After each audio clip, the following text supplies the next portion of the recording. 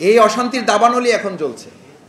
আমি আজকে প্রথমে অনুরোধ করব যে নতুন যে সংবিধান আসছে বা আসবে সেখানে আমাদের এই শান্তি চুক্তি বাতিল করে আমাদের সংবিধানে স্পষ্ট উল্লেখ করা আছে 36, 37, 42 নম্বর ধারায় সেখানকার অধিবাসীদের যে ভোগ করার অধিকার, অংশগ্রহণ করার অধিকার, অবস্থান করার অধিকার এবং নাগরিক হিসেবে তাদের স্বীকৃতি, সেই স্বীকৃতি যেন সেখানে চূড়ান্তভাবে বাস্তবায়ন করা হয় সেটি নিশ্চিত করার জন্য আমরা বর্তমান তত্ত্বাবধায়ক এই নির্দলীয় নিরপেক্ষ সরকার ইন্টারিম গভর্নমেন্টকে আমরা অনুরোধ করতে চাই এবং তাদেরকে আহ্বান জানাতে চাই।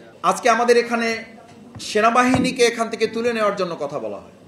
আসলে কি সেনাবাহিনীকে এখান থেকে যারা তুলে নিতে বলেন, আমরা কি বলবো যে বগুড়া থেকে ওনাদের অসুবিধা হয়, বগুড়া থেকে সেনাবাহিনী ক্যাম্প প্রত্যাহার করেন? ওনাদের সুবিধার জন্য কি আমরা বলবো যে আমাদের লালমনিরহাট থেকে সেনাবাহিনী প্রত্যাহার করেন?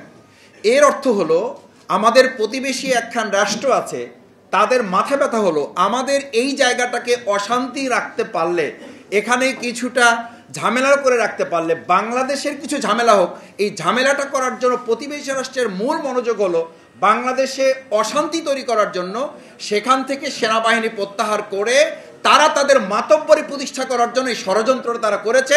এটা কখনোই আমরা বাস্তবায়ন হতে দেব না। 56,000 বর্গ মাইলকে একত্রিত করে আমরা বাংলাদেশের নিরাপত্তা নিশ্চিত করতে পারলেই পাহাড়ি, বাঙালি, উপজাতি সকলে নিরাপত্তা নিশ্চিত হবে। আর যখনই তাদের আলাদা করা হবে, আমি মনে করি চক্রান্ত করে, ষড়যন্ত্র করে তাদের নিরাপত্তা নিশ্চিতের নামে বাইরের একটা অংশ তাদেরকে মেন্টালি, সাইকোলজিক্যালি তাদের উপরে আধিপত্য বিস্তার করা, বাংলাদেশ থেকে তাদেরকে বিচ্ছিন্ন করার অংশ হিসাবে যে ষড়যন্ত্র করছে, আগামী দিনে এমন সরকার জনগণের নেতৃত্বে প্রতিষ্ঠিত হবে, এই সমস্ত চক্রান্ত ষড়যন্ত্রের সমুচিত জবাব দিয়ে বাংলাদেশি নাগরিকের যেমন অধিকার হবে তাদেরও নাগরিকত্ব নিশ্চিত আমরা করব ইনশাআল্লাহ।